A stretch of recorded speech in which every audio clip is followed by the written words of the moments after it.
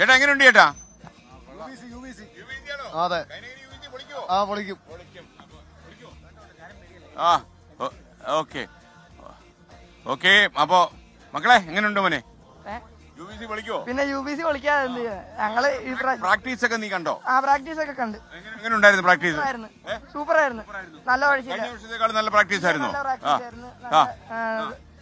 ട്രാക്കിലൊക്കെ പോയി നല്ല സമയമൊക്കെ എടുത്ത് അതുകൊണ്ട് നല്ല പ്രതീക്ഷയുണ്ട് ട്രോഫി കിട്ടുമെന്ന്. അതുകൊണ്ട് ഞങ്ങൾ ഈ പ്രാവശ്യം ട്രോഫി ഉറപ്പാ. വൈകുന്നേരം ഞങ്ങൾ ഇവിടെ കൈനേരി ട്രോഫി കൊണ്ടുവരും. UBC കൈനേരി കൊണ്ടുവരും. എന്താ പേരെന്താ? ദേവൻ. അപ്പൊ നിങ്ങൾ പൊളിക്കുമെന്നാ പറയുന്നല്ലേ?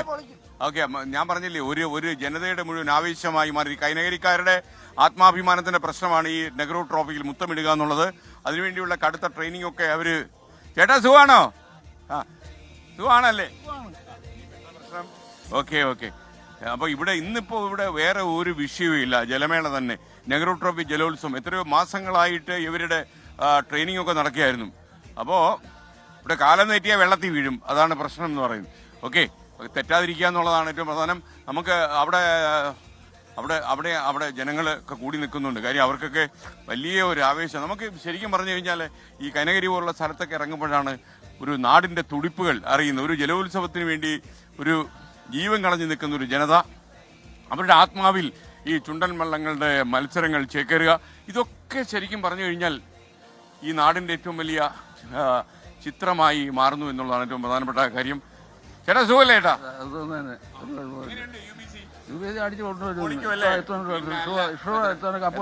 കാണുന്നുണ്ട്.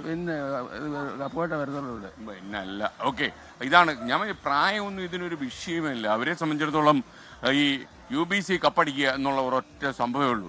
അപ്പോ തലവടിച്ചുണ്ട്. Hello hello hello hello, how are you? Fine. Where are you from? Delhi. തകർക്കോ? ആർപ്പോ ആർപ്പോ ആർപ്പോ ഹിന്ദി में अनुवाद. आरपो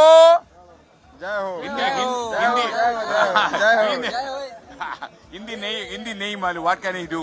Okay. അപ്പോ നമ്മൾ ഇവരുടെ ആവേശത്തിന്റെ ഇടയിലേക്ക് കയറുകയാണ്. അപ്പോ UBC കൈനകരിയുടെ ആളുകൾ തന്നെ ഉള്ളു ഇവിടെ.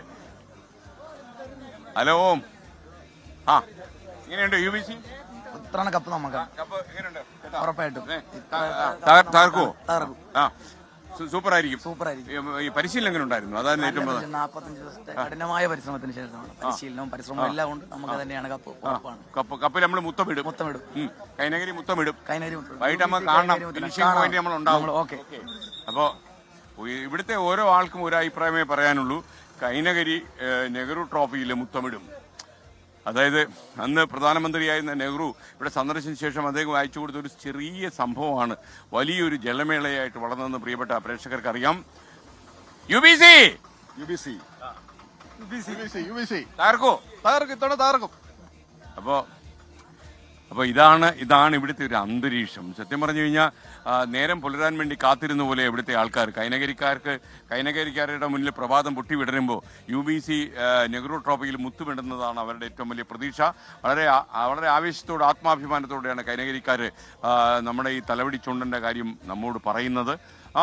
എന്തായാലും നമുക്ക് മത്സരം കടുത്ത മത്സരം തന്നെയാണ്. കഴിഞ്ഞ വർഷവും നമുക്ക് പറയാൻ പറ്റാം, മിന്നൽ വേഗത്തിൽ പാഞ്ഞു പോകുന്ന ചുണ്ടന്റെ കായലോളം ഇളക്കിയുള്ള പോക്കെന്ന് പറഞ്ഞാൽ അപൂർവമായൊരു കാഴ്ചയായിരുന്നു. ഇന്ത്യയിലെ തന്നെ ഏറ്റവും വലിയ ജലോത്സവമായിട്ട് ഇത് മാറാനും കാരണം അത് തന്നെയാണ്.